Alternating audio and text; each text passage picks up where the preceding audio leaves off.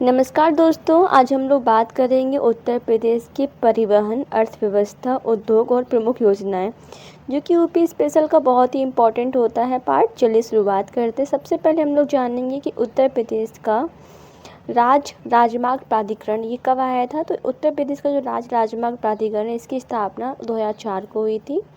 प्रदेश का सबसे लंबा जो प्रदेश से गुजरने वाला यानी कि प्रदेश से जो गुजरता है वो सबसे लंबा राष्ट्रीय राजमार्ग कौन सा है, वो NH2 है।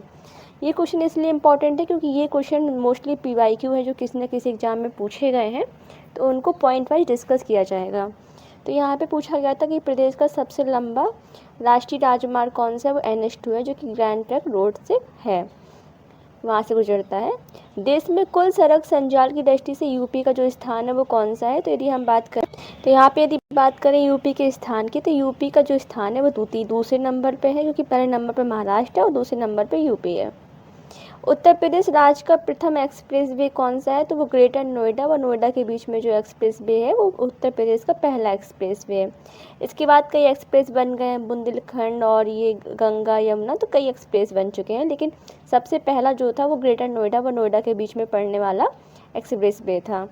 राष्ट्रीय राजमार्ग प्राधिकरण द्वारा निर्मित उत्तर दक्षिण व पूर्व पश्चिम कॉरिडोर एक दूसरे को कहाँ पे काटते हैं, तो जो कॉरिडोर है वो झांसी में एक दूसरे को कट करते हैं। यमुना एक्सप्रेस वे जो कि आपका ग्रेटर नोएडा से आगरा तक जाता है, तो यमुना एक्सप्रेस वे कहाँ से कहाँ ग्रेटर नोएडा से आगरा तक जाता है, और इसकी जो लेंथ है वो 165 किलोमीटर 5 किलोमीटर है। तो इसमें ये पूछा गया वो यूपी कितने जिलों से गुजरता है। तो देखिए यहाँ पे 4 हैं, गौतम बुद्ध नगर, अलीगढ़, मथुरा, आगरा। तो यहाँ पे फिर से देख लेते हैं, कोई क्वेश्चन इम्पॉर्टेंट है। जो यमुना एक्सप्रेस वे है वो ग्रेटर नोएडा से आगरा तक है इसका एरिया, और ये गौतम बुद्ध नगर, अलीगढ़, मथुरा, आगरा से होते हुए जाता है, और इसकी जो लेंथ है वो है 165.5 किलोमीटर। एक और एक्सप्रेस वे है जिसका नाम है लखनऊ आगरा एक्सप्रेस वे, जो कि 302 किलोमीटर का है, और ये देश का प्रथम ग्रीन फील्ड एक्सप्रेस वे है। मतलब ये कौन से बेसिस पे, ग्रीन फील्ड एक्सप्रेस वे, यहाँ पे ग्रीन फील्ड एक्सप्रेस वे है, और ये यूपी के 10 जिलों से गुजरता है। तो यहाँ पे हो गया यमुना और लखनऊ एक्सप्रेस वे। और जो सबसे पहला एक्सप्रेस वे था वो हम लोग अभी पढ़े थे, वो कौन सा था बताइए। वो था आपका, ये था जो ग्रेटर नोएडा व नोएडा के बीच में चला था। एक और एक्सप्रेस वे जो बहुत इंपॉर्टेंट है, लखनऊ से बलिया तक जो जाता है, वो कौन सा एक्सप्रेस वे, तो पूर्वांचल एक्सप्रेस वे। इसकी लंबाई कितनी, 348 किलोमीटर, जो कि 10 जिलों से होकर गुजरता है। तो यहाँ पे हो गया कितने जिलों से, 10 जिलों से गुजरता है। इसके बारे में इंपॉर्टेंट ये था, ये प्रथम ग्रीन फील्ड बेसिस पे था। देन हम लोग बात करते जो बौद्ध परिक्रमा एक्सप्रेस है, जो कि बौद्ध स्थलों की यात्रा करने हेतु आरंभ किया गया था। तो इससे कितने ज़िले जुड़े हुए हैं, तो कौशाम्बी, प्रयागराज, बनारस, गोरखपुर, लखनऊ, गया, राजगीर, वैशाली, पटना। तो ये सारे ही जो बुद्ध से संबंधित है, कौशाम्बी हुआ, प्रयागराज, बनारस, गोरखपुर और लखनऊ, गया, राजगीर, वैशाली, पटना, ये सारे किससे संबंधित है, बौद्ध परिक्रमा एक्सप्रेस वे से। लखनऊ प्लान का संबंध किससे, तो लखनऊ प्लान का संबंध सड़कों के विकास के संबंध से, और ये 20 वर्षीय प्लान है। तो ये क्या है, लखनऊ के सड़कों के विकास से संबंधित है, और ये 20 वर्षीय प्लान है, जिसको कहते हैं लखनऊ प्लान। उत्तर प्रदेश में प्रथम रेलगाड़ी कब चलाई गई, तो ये मार्च 1859 में चलाई गई थी प्रथम रेलगाड़ी, और ये कहाँ से कहाँ के बीच में गई थी, तो ये प्रयागराज से कानपुर के बीच में थी, जो कि प्रथम रेलगाड़ी यूपी की थी। उत्तर प्रदेश में रेलवे जोन का मुख्यालय कौन सा है, यदि हम बात करें पूर्वोत्तर, तो पूर्वोत्तर जो रेलवे का मुख्यालय है वो गोरखपुर में है, और जो उत्तर मध्य रेलवे मतलब कि 2 जो मुख्यालय हैं उनमें से जो पूर्वोत्तर मुख्य रेलवे है वो गोरखपुर में है, यूपी में ही है, और उत्तर मध्य रेलवे जो प्रयागराज में वो भी यूपी में ही है। भारतीय रेलवे का सबसे लंबा प्लेटफॉर्म कौन सा है, तो गोरखपुर है, इससे पहले खड़गपुर था, लेकिन अब सबसे लंबा प्लेटफॉर्म कौन सा है, गोरखपुर है। यदि मीटर में इसकी लंबाई पूछा जाए तो 1355.4 मीटर है। डीजल इंजन के निर्माण हेतु डीजल लोकोमोटिव वर्क्स, ये बहुत इंपॉर्टेंट है, जो MCQ में लाने के लिए पूछा जाता है कभी कभी। तो ये बनारस में तो है, लेकिन बनारस की भी एक स्पेसिफिक जगह है जिसका नाम है महुआडीह, तो यहाँ पे डीजल लोकोमोटिव वर्क्स लिमिटेड है। उत्तर प्रदेश में रेलवे संग्रहालय कहाँ पे है, तो ये बनारस में है। तो यहाँ पे हम लोग बात करते हैं बनारस में रेलवे संग्रहालय है, यूपी में बनारस में है।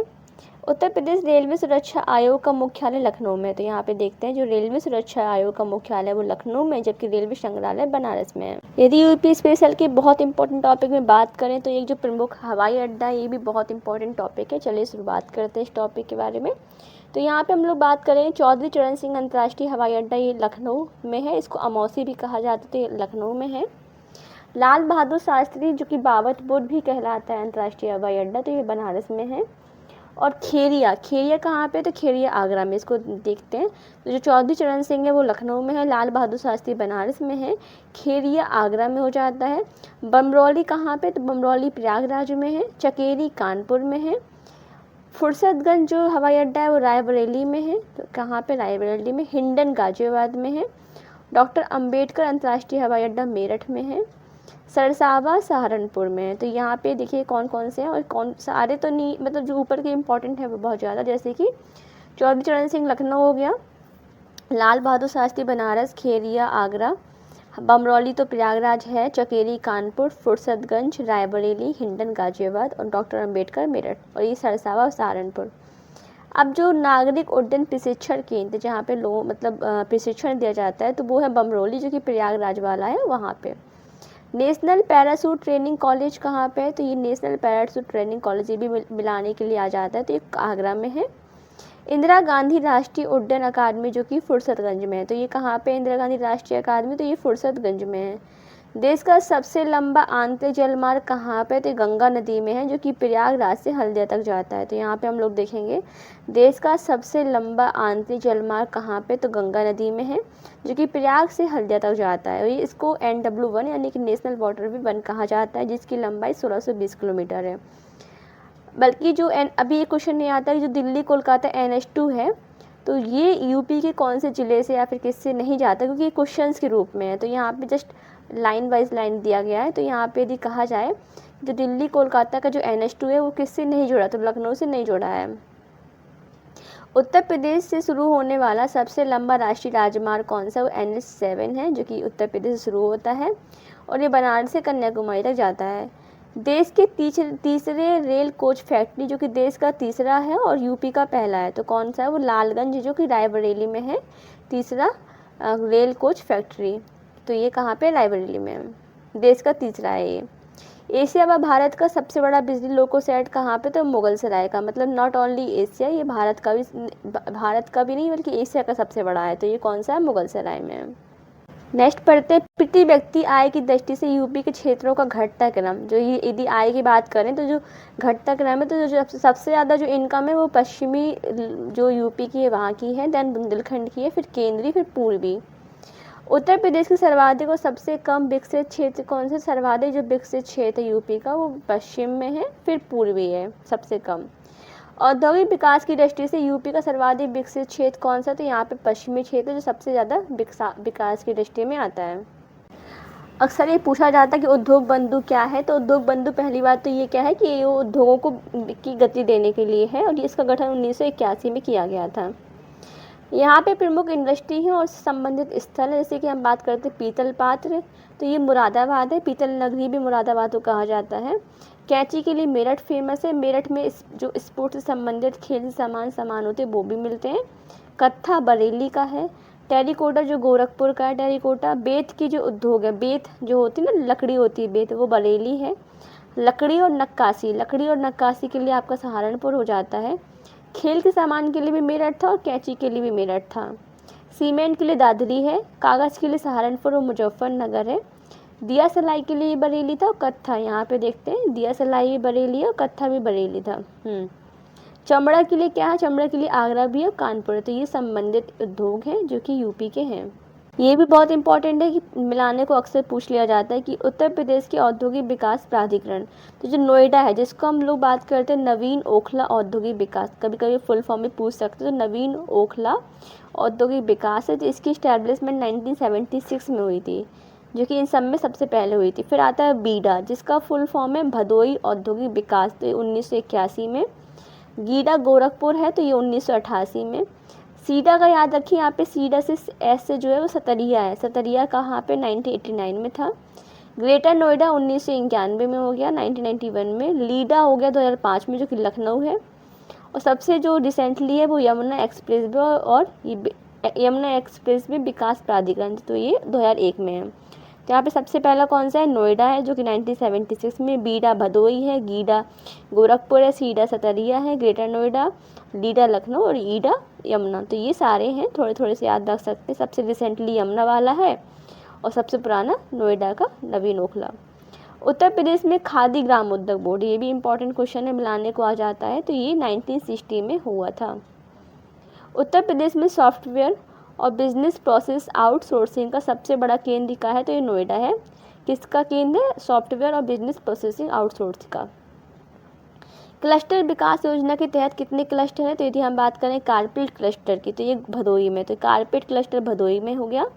गिलास जो कि बनारस में है, कालीन मिर्ज़ापुर में है, पॉटरी के लिए खुर्जा और बुलंदशहर। याद करिए, हमेशा याद रखिए इस चीज़ को, हमेशा पूछा जाता है कि जो पॉटरी है वो कहाँ की, तो वो खुर्जा और बुलंदशहर की है। और लेदर के लिए जो क्लस्टर है, वैसे तो लेदर के लिए उन्नाव फेमस है और आगरा भी थोड़ा बहुत फेमस है, लेकिन यदि क्लस्टर की बात करें तो यहाँ पर चौरा चौरी गोरखपुर। एक बार फिर से देख लेते हैं। कारपेट के लिए क्या हो जाएगा, भदोई। गिलास के लिए हो जाएगा बनारस, कालीन के लिए मिर्ज़ापुर, पॉटरी के लिए खुर्जा और बुलंदशहर और लेदर के लिए गोरखपुर। तो ये सारे क्लस्टर हो गए हैं। अब हम एक नए टॉपिक की बात करेंगे जो कि है यूपी के प्रमुख खनिज और ऊर्जा संसाधन। तो ये जो वीडियो है, जो प्लेलिस्ट में जो वीडियो है यूपी की, बहुत इंपॉर्टेंट है। इसके बाहर एक भी क्वेश्चन नहीं आएगा, क्योंकि यूपी स्पेशल के बारे में ये बहुत इनफ है, ये कोई भी एग्जाम हो सबके लिए इनफ है। तो चलिए शुरुआत करते हैं इस टॉपिक की। तो यहाँ पे यदि इसमें कहा गया है कि यदि खनिज संपदा की हम लोग बात करें तो इसकी दृष्टि से यूपी को किस कैटेगरी में डालते हैं, तो यूपी निम्न मध्यम श्रेणी वाला राज्य है, क्योंकि यूपी में उतने ज़्यादा खनिज नहीं पाए जाते हैं, केवल 2% पाए जाते हैं खनिज। इस वजह से जो इसकी श्रेणी है वो निम्न मध्यम श्रेणी वाला राज्य है। उत्तर प्रदेश खनिज विकास निगम, अभी हम लोगों ने खादी ग्रामोद्योग पढ़ा था, वो शायद 1960 था, और ये भी इम्पॉर्टेंट है। और इसके अलावा ये भी इम्पॉर्टेंट है कि कब खनिज विकास निगम की स्थापना हुई, तो ये 1974 में हुई थी। और उत्तर प्रदेश की जो पहली खनिज नीति थी वो कब डिक्लेयर की गई थी, 1998 में डिक्लेयर की गई थी, यानी कि 1998 में हो गया। बलुआ पत्थर चूना पत्थर के भंडार व उत्पादन की दृष्टि से उत्तर प्रदेश का देश में कौन सा स्थान है, तो यदि हम बात करें बलुआ पत्थर और चूना पत्थर के उत्पादन की दृष्टि से यूपी का द्वितीय स्थान है। और कोयला के जो भंडार की दृष्टि से प्रदेश का जो है कौन सा स्थान है, तो कोयला के मामले में यूपी 8वें नंबर पे है। और यदि हम बात करें कोयला यूपी में कहाँ पाया जाता है, तो जो सिंगरौली वाला एरिया जो कि सोनभद्र के आसपास पड़ता है, तो वहाँ पे कोयला पाया जाता है यूपी में। और ओवरऑल कोयला के मामले में यूपी का 8वां स्थान है।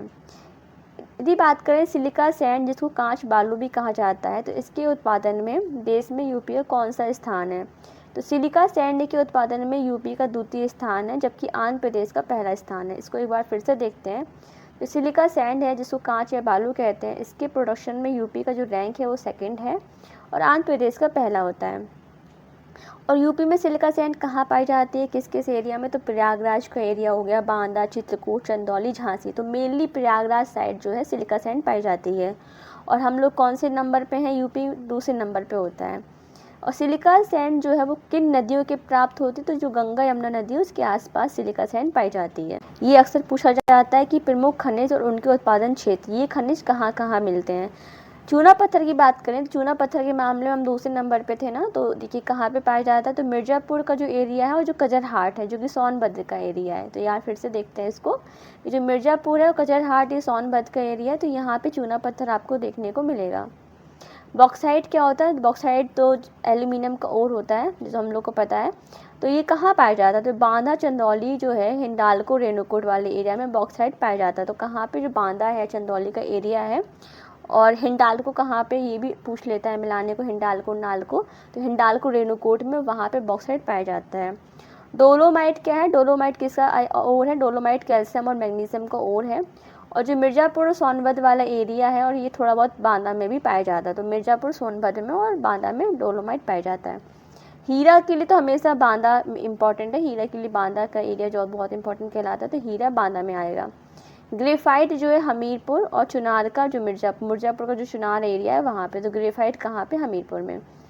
ये अक्सर पूछा जाता है कि यूरेनियम, क्योंकि यूरेनियम सिर्फ यूपी में एक जगह पाया जाता है जो कि ललितपुर है।